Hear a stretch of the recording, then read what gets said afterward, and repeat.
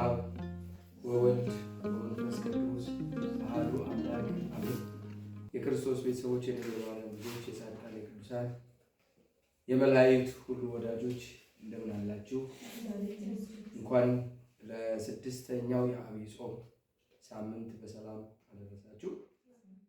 ቀኑን ሳንነካው ማለፍ ስለሌለብን በማቴዎስ ወንጌል ምዕራፍ 25 ቁጥር 14 ላይ ያለውን መሰረት በማድረግ ነው።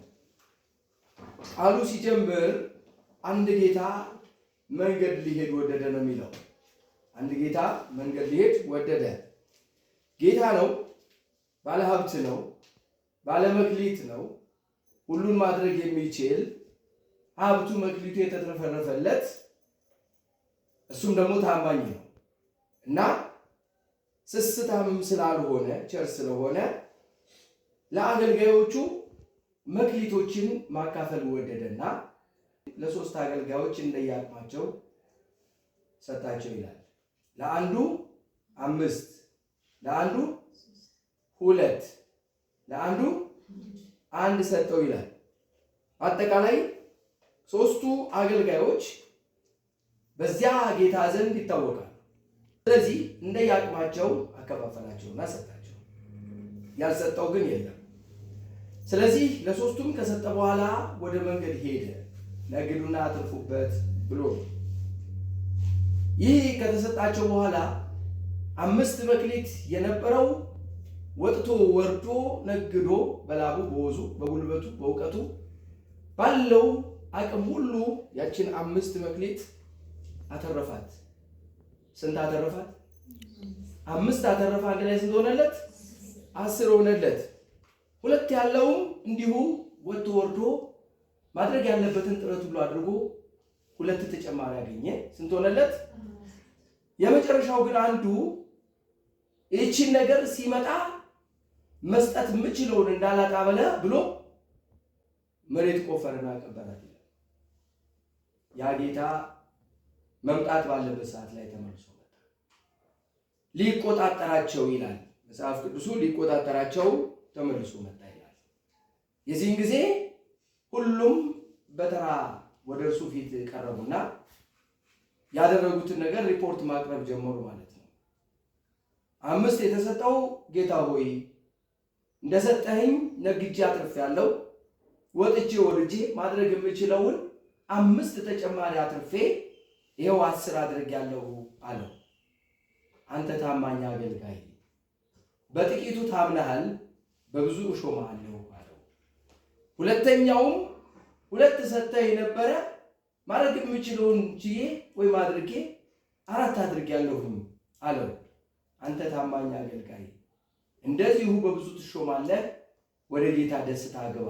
ሁለቱም ወደ ጌታ ደስታ ግባ ተብለዋል። ሶስተኛው ግን አስቀድሞ ተናገረ።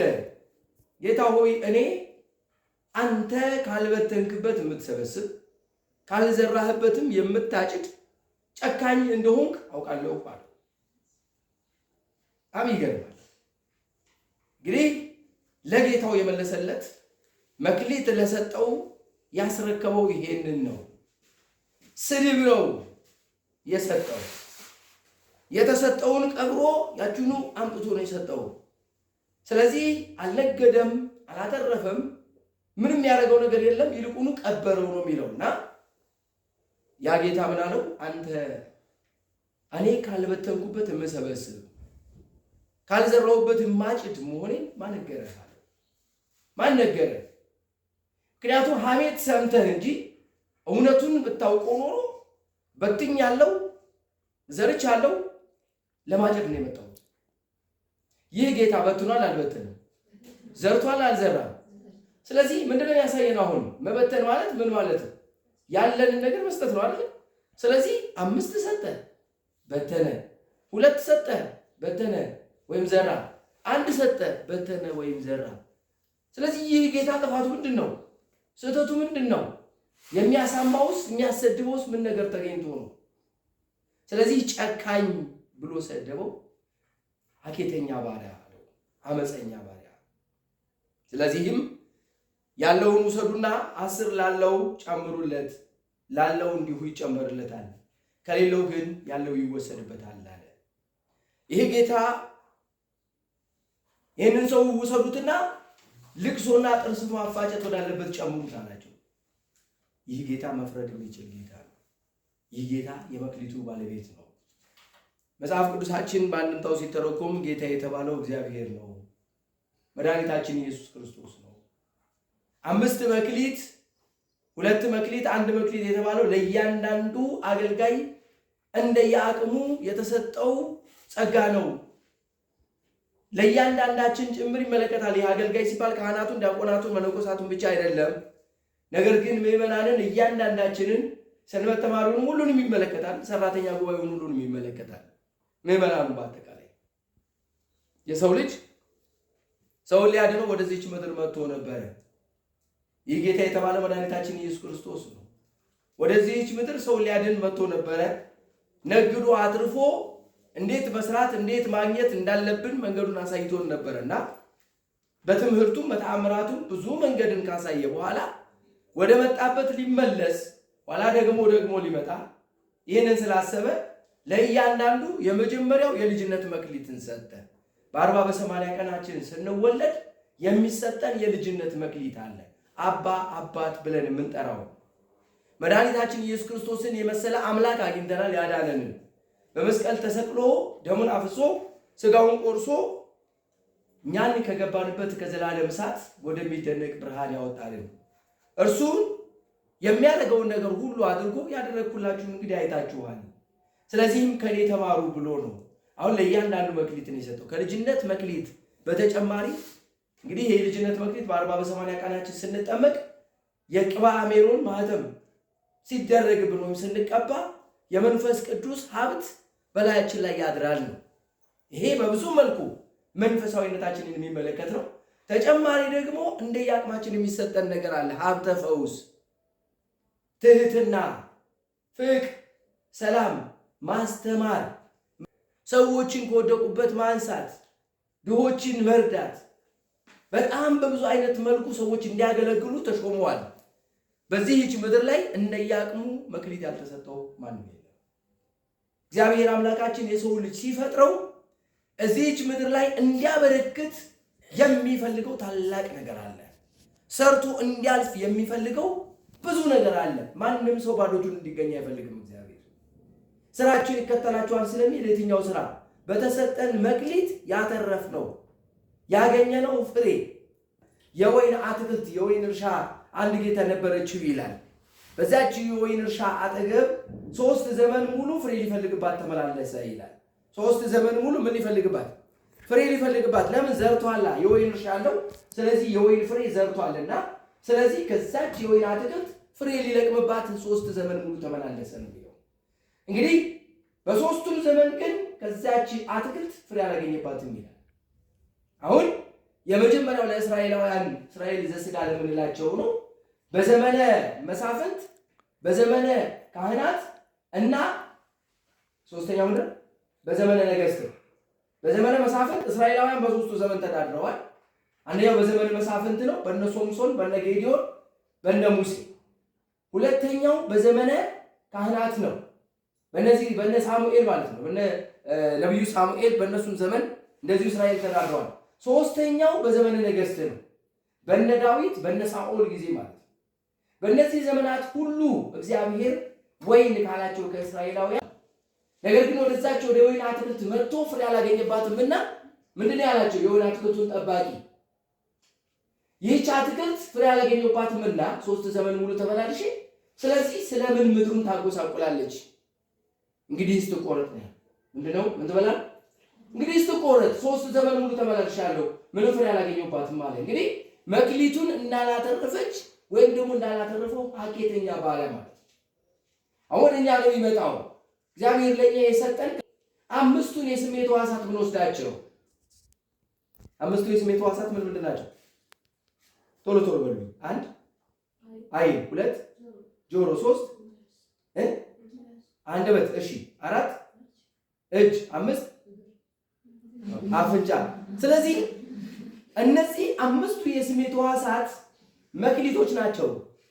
በዓይኑ መልካም ነገር አይቶ መልካም ነገር ተመልክቶ መስቀሉንም መድኃኒታችን ኢየሱስ ክርስቶስንም ቅዱሳንንም እንዲሁም የቅዱሳንን ፍኖት መንገዳቸውን ተመልክቶ ቅዱስ ጳውሎስ እንደተናገረው በምዕራፍ 13 ቁጥር 7 ላይ የቀደሙ አባቶቻችሁ ዋኖቻችሁን አስቡ፣ አያችሁ መንገዳቸውን ተከትላችሁ በእምነታቸው ምሰሏቸው እንዳለ ፍሬ አፍርተን እንድንገኝ እግዚአብሔር ይፈልጋል። አያችሁ መክሊታችንን በዓይናችን ከዛ በአንደበታችንስ መልካም ነገር እንድንናገርበት፣ ስለ እግዚአብሔር እንድንመሰክርበት፣ እንድናመሰግንበት፣ ሰዎችን እንድንመርቅበት፣ አያችሁ የሚገርም ነገር እንድናተርፍበት ይፈልጋል።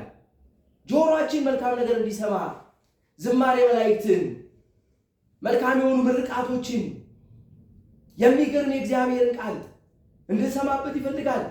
እጃችን መልካም የሆነ ነገር እንዲዳስስ ይፈልጋል። ወደ መልካም ምግባት እንዲሰነዘር ይፈልጋል። ካለን እንድንመጸውት ይፈልጋል። መላ ሰውነታችንን በዚህ በእጃችን እንባርካለን፣ እንድንባርክበት ይፈልጋል። ከዛ በተጨማሪ አፍንጫችን መልካም መዓዛ ማሽተት አለበት። የኛ ሰውነት ጭምር ንጹህ መዓዛ ሊኖረው ይገባል። የቅድስት ቤተ ክርስቲያንን መልካም መዓዛ ዕጣኗን ልናሸት ይገባል። የገነትን መዓዛ ልንናፍቅበት ይገባል እንጂ አላስፈላጊ ሽታ በማሽተት ወደ ኃጢአትና ወደ ዝሙት ልንገባበት አይገባም ነው። በዚህ በሽቱ ምክንያት በአፍንጫ የምናሸተው ነገር ምክንያት አንዲት ዘማ ሴት የተቀደሰውን አባት ልታሰናክለው መታ እንደነበር ታሪኩን ታውቃላችሁ። አሰናክለዋለሁ፣ ተኳኩዬ ሽቱዬን ተነስንሼ መጥቼ በቤቱ ገብቼ አሰናክለዋለሁ፣ እንዳያባረኝ እንኳን የምገባው ማታ ነው ብላ ነው ከጓደኞቿ ጋር ተወራዳ መታ የነበረው ማለት ነው። እና በሩን አንኳኩታ የሴት ድምፅ ሲሰማ ደነገጠ። አስገባኝ፣ የእግዚአብሔር እንግዳ ነኝ፣ የጅብራት እንዳልሆን ማረፊያ የለኝም ስትለው ከራሱ ጋር ተከራከረ ይላል ይህ ቅዱስ ሰው። አሁን ባስገባት ሴት ናት። በዛ ላይ የሽቱ መዓዛ እጅግ የሚከብድ ነው። ለምን እፈተናለሁ ጌታ ሆይ? ባላስገባት ደግሞ እንግዳ ሆኜ በመጣ ተቀብላችሁኛልን ያልከው ነገር ደግሞ ላልፈጽመው ነው። ስለዚህ ምን ይሻላል? አንተው ጠብቀኛልና ወደ ቤቱ አስገባት ይላል። ቤቱን አንድ ጊዜ በሽቱ መዓዛ አወደችው። የዚህን ሰው ፍትወት ለመቀስቀስ ብዙ ጥረት አደረገች። ካለባበሷ ጀምሮ ብዙዎቻችን ለብዙዎች መሰናክል እንደምንሆኑ ማለት ነው። ሰውነቷ ቆሽሿል፣ ውስጧ ተበላሽቷል። ላይዋን ግን በዚህ ዓለማዊ ሽቱ ነስንሳው ራሷን ውብ አስመስለዋለች። መልካም መዓዛ ያላት አስመስለዋለች። አብረን ካልተኛን አለች። በኋላ ላይ ምሽቱ እየጸና ሲሄድ መኝታው ሰዓት ሲደርስ አተኝም አንቺ ሴት ይላታል። የምትተኛበት አዘጋጅቶ አብረን እንተኛ እንጂ እንዴት ብቻዬን እተኛለሁ? ፈራለሁ። አብረን እንተኛ እንዴት ይሆናል አላት። እንግዳ ነሽ፣ ስለዚህ አክብሬ ያዘጋጀሁልሽ ቦታ ላይ ተኛ አላት። በፍጹም አልተኛም፣ እንግዳውስ ከሆነ በእንግድነት አልተቀበልከኝም፣ ራስህን አታምነውም ወይ እስከ ማለት ደረሰች። አረ እንዲህ አይነት ፈተና ከባድ ነው ወገኖች፣ አይግጠማችሁ። እሺ አብረን እንተኛ አላትና አብሮ ተኝቶ የተቀጣጠለ እሳት ነበረ። የእሷን ሽቱ መዓዛ ለማጥፋት እግሩን እሳት ውስጥ ማገደ። እግሩ ሲቃጠል የቤቱ ጠረን የተጠበሰ ስጋ መሽተት ጀመረ። ጠረኑ ተለወጠ። ደነገጠች እቺ ሴት። ምንድን ነው ያደረገው አንተ ሰው? ቤቱ የነበረው መልካም መዓዛ ተቀይሯል። ደስ የማይል መዓዛ ነው አሁን ያለው። ምንድን ነው ያደረገው አለችው። ልጄ አመጣጥሽ ክፉ ነው። ከቤቴም ውጭ እንዳልሽ ራሴን ብሰዋ ይሻላል። ግሬን እያቃጠልኩት ነው እሳት ውስጥ አላት። ደነገጠች እቺ ሴት። ከእርሷ ጋር ያለው ርኩስ መንፈስ ርቋት ሄደ። ወዲያውኑ ተነሳች። አባቴ ይቅር በለኝ፣ እኔ በብዙ ፈተና አንተን ልፈትንህ በዝሙት ልጥልህ ነው የመጣሁት። እንዲህ አይነት አባት መሆንን አላወኩም ነበር፣ ይቅር በለኝ አለችው። በእንዲህ አይነት መልኩ ነፍሷ እንድትድን አድርጓታል። በአፍንጫችን መዓዛ የሚገቡ ክፉ ነገሮች ከስሜት ሕዋሳቶቻችን ምን ያክል ከባድ እንደሆኑ አስቡት። በመክሌታችን ነግደን ማትረፍ ማለት እንዲህ ነው። ቀኝ ዓይን ብታሰናክል፣ እግር ብታሰናክል፣ እጅ ብታሰናክል ይላል ጌታችን ኢየሱስ ክርስቶስ። ቆርጠ ጣላት ይላል። ሁለት እግር ኖሮ መንግስተ ሰማያት ገሃነም ከምትገባ አንድ እግር ኖሮ ወደ መንግስተ ሰማያት ብትገባ ይሻልሃል አለው። ስለዚህ አንድ እግሩን ሰውቶ አንዱ እግሩን ይዞ ወደ መንግስተ ሰማያት ሊገባ ወደደ። ይሄ ሰው ስለ ክርስቶስ ብዙ ነገር ይተዋል። እኔን ያለ ይላል መስቀሌን ተሸክሞ ይከተል፣ የዚህ ዓለም ደስታ አያታላችሁ ይላል ቅዱስ ዮሐንስ በመልእክቱ የዓይን አምሮት የሥጋ ምኞት ሊያጠቃችሁ እንደማይገባ ይልና ይናገራል ማለት ነው። ስለዚህ መክሊታችንን ምን ያክል እያተረፍነው ነው? መክሊታችንን ምን ያክል በመጀመሪያ ጌታን እናውቀዋለን ወይ? እግዚአብሔርን እናውቀዋለን ወይ? የእውነት እናውቀዋለን ወይ? ይህንን መክሊት የሰጠንን አምላክ እንረዳዋለን ወይ? ከመኖሩ ጀምሮ አምልኳችን የእውነት ነው ወይ? መመላለሳችን የእውነት ነው ወይ? በፊቱ መውደቃችን የእውነት ነው ወይ? ማልቀሳችን የእውነት ነው? መፈለጋችን የእውነት ነው? በእውነተኛው አምላክ ፊት መቆማችንና እውነተኛ ጥያቄ መጠየቃችን መልስ የሚሰጥ አምላክ ፊት እንደቆምን እናውቃለን ወይ? ያ ከሆነ ለምንድን ነው ፈልገን የምናጣው? ለምንድን ነው ለምነን መልስ የማናገኝ? ለምንድን ነው መዝጊያ አንኳኩተን የማይከፈትልን? ስለዚህ ይሄ መልስ ሊያገኝ ይገባዋል። አናውቀውም። እግዚአብሔርን እንድናውቀው እርሱ ይርዳል። እንድናውቀው እርሱ ይርዳል። ሐዋርያት ጠይቀዋል። ጌታ ሆይ በቃ ማመን አልቻሉም። ከአቅማቸው በላይ ሆነባቸው። መድኃኒታችን ኢየሱስ ክርስቶስ የሚሰራው ተአምራት ከአቅማቸው በላይ ሆነባቸው። የሚያስተምረው ትምህርት ረቀቀባቸው። ጌታ ሆይ እምነት ጨምርልን ብሎ ስለዚህ እምነት ጨምርልን። ለኛ አላወቅነውም። እውነተኛ ፍቅሩን በልባችን ያስቀምጥልን እግዚአብሔር። እሱን ካወቅን ደግሞ መክሊቱን እያወቅን ነው። የተሰጠንን መክሊት ያለንን ጸጋ እናውቀዋለን። ካወቅን ደግሞ ነግድን እያተረፍንበት ነው ወይ? በመጨረሻው ሰዓት መቼም የማይጠየቅ የለም። እግዚአብሔር ሁለት ነገሮችን አድርጓል። አንደኛው ለሁሉም እንደየአቅሙ መክሊቱን ሰጥቶታል። ሁለተኛው ግን ሁሉም ይጠየቃል። ከዚህ ቃል የምንረዳው ከማቴዎስ ወንጌል ምዕራፍ 25 ቁጥር 14 ጀምሮ ከሚነበበው ቃል የምንረዳው ምንድነው? ሁላችንንም እግዚአብሔር ሊቆጣጠርን ይመጣል አለ። እንደ በፊቱ ለምህረት ወይም ደግሞ እንደ በፊቱ ለመያዝ፣ ለትህትና፣ ለመጎሳቆል፣ ለመገፋት፣ ለመገረፍ፣ ለመሰለፍ አይደለም የሚመጣው። አሁን የሚመጣው ከነ ክብሩ ነው። እግዚአብሔር ስጋሃደ ይመጽእ ደብረ ዘይት የተነገረው በአምላክ ላይ ያረምም እሳት ይነድድ ቅድሜው። እግዚአብሔር ከጽዮን ግልጽ ሆኖ ይመጣል ነው የሚለው። ግልጽ ሆኖ ይመጣል። እሳት ይነድድ ቅድሜው፣ ፍርዱን በፊቱ ይቀድማል ነው የሚለው። ወአምላክን ያረም ዝምም አይልም። ስለዚህ እንደ ቀድሞ ሳይሆን በክብሩ ነው የሚመጣው። በመላእክት ታጅቦ ነው የሚመጣው። በክብር ደመና ነው የሚመጣው። ደመና የተባለች እመቤታችን ቅድስት ድንግል ማርያም ናት። በተዋህደው ሥጋ ነው የሚገለጠው። ለእያንዳንዱ እንደ ስራው ከፍለው ዘንድ ዮሐንስ ራእይ ምዕራፍ 22 ላይ ለእያንዳንዱ እንደ ስራው ከፍለው ዘንድ እነሆ በቶሎ እመጣለሁ፣ እነሆ በቶሎ እመጣለሁ ይላል። አመፀኛው ወደፊት ያምፅ፣ ጻድቁም ወደፊት ይጽደቅ፣ ቅዱስም ወደፊት ይቀደስ፣ እኔ ግን ለእያንዳንዱ ዋጋውን ከፍለው ዘንድ እመጣለሁ።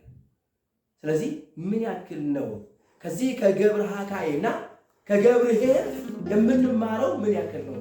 በዕለቱ ስብከቱ ሲሰበክ ቀኑ ስለደረሰ ተነግሮ እንዲያልፍ አይደለም። ይሄ ስብከት እስከ ዛሬ ዓመት ድረስ ሊደመጥ የሚገባው ስብከት ነው። በነገራችን ቤተክርስቲያን የምታስተምረው ስብከት እስከ ዛሬ ዓመት ዳግም እንደገና ይሄ አብይ ጾም እስኪመጣ ድረስ ምን አፈራው ብለን እስክንጠይቅ ጆሮአችን እስኪገባን ድረስ እስክንለወጥ ድረስ በየዕለቱ ልናዳምጥ የሚገባ ስብከት ነው። ያገኘ የለመድነው በሳምንት የመጣውን ቀን ሰማነው፣ ስብከቱን አዳመጥነው፣ አለፈ። ሳምንቱም ስብከቱን አብሮ አልፏል።